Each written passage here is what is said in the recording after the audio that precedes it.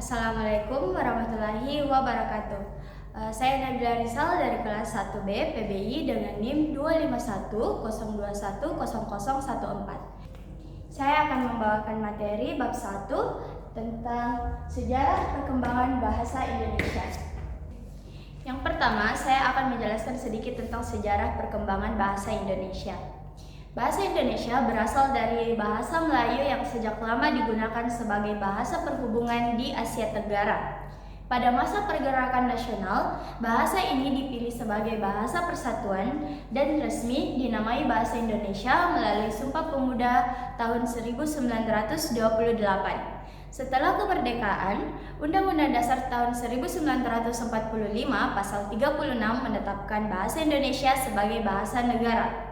Selanjutnya, bahasa Indonesia terus dikembangkan melalui pembakuan ejaan dan digunakan dalam pendidikan, pemerintahan, serta diakui secara internasional. Adapun kedudukan bahasa Indonesia, yaitu bahasa Indonesia memiliki dua kedudukan utama sebagai bahasa nasional, yaitu berfungsi sebagai lambang kebanggaan dan identitas nasional, alat pemersatu bangsa, serta sarana komunikasi antar daerah dan antar budaya.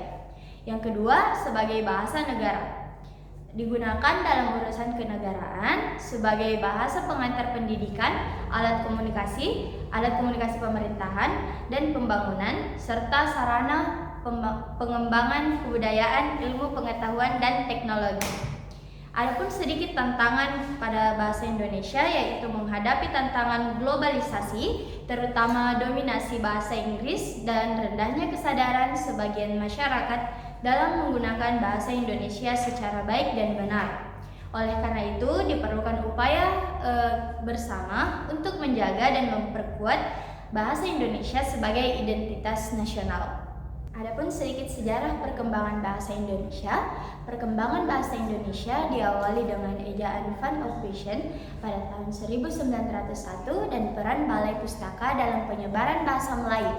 Tonggak penting terjadi pada Sumpah Pemuda tahun 1928 yang menetapkan bahasa Indonesia sebagai persatuan. Kemudian dibahas dalam Kongres Bahasa Indonesia I tahun 1938.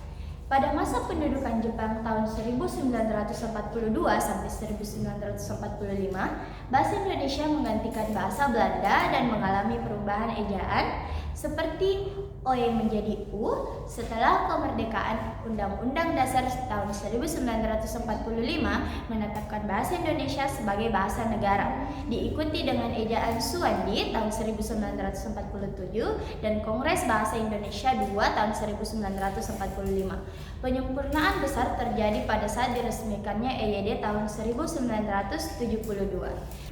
Sejak tahun 1983 hingga sekarang, berbagai kongres bahasa terus memperkuat dan mengembangkan bahasa Indonesia, termasuk penyusun KBBI, pedoman ijaman, pembentukan istilah, serta upaya digitalisasi dan internasionalisasi untuk menjaga bahasa Indonesia sebagai identitas nasional. Itu saja materi yang dapat saya sampaikan. Kurang dan lebihnya mohon dimaafkan. Assalamualaikum warahmatullahi wabarakatuh.